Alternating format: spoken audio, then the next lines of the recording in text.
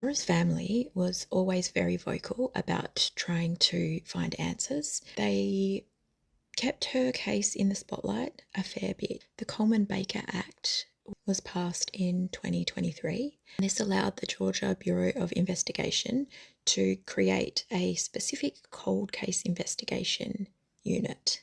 So the Coleman Baker Act was named in part after Tara Baker, and it just so happened that the first case that they managed to solve was Tara Baker. For a case to be reopened under the Coleman Baker Act, there were certain criteria that had to be met.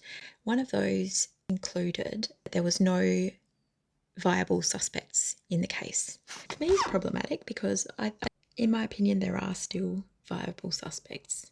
In 2024, they retested the DNA. They found DNA from Chris Melton, the ex-boyfriend, another unknown individual, and the person who ended up being convicted in this case, Edric Foss. What followed was a number of events that seemed to me to not make much sense. It didn't seem to be fair given the evidence that they had.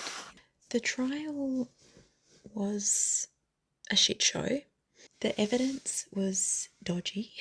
There was mislabeling. There was problems with witnesses, people changing their stories, people having to be coached on what to say, and just so much reasonable doubt. To be fair, it actually seemed more like Chris Melton was on trial by the way that the prosecution was presenting the case. There was so much reasonable doubt.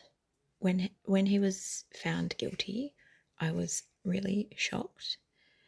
However, locals seem to think that it's not surprising because Edric is a black man and he had a criminal history already.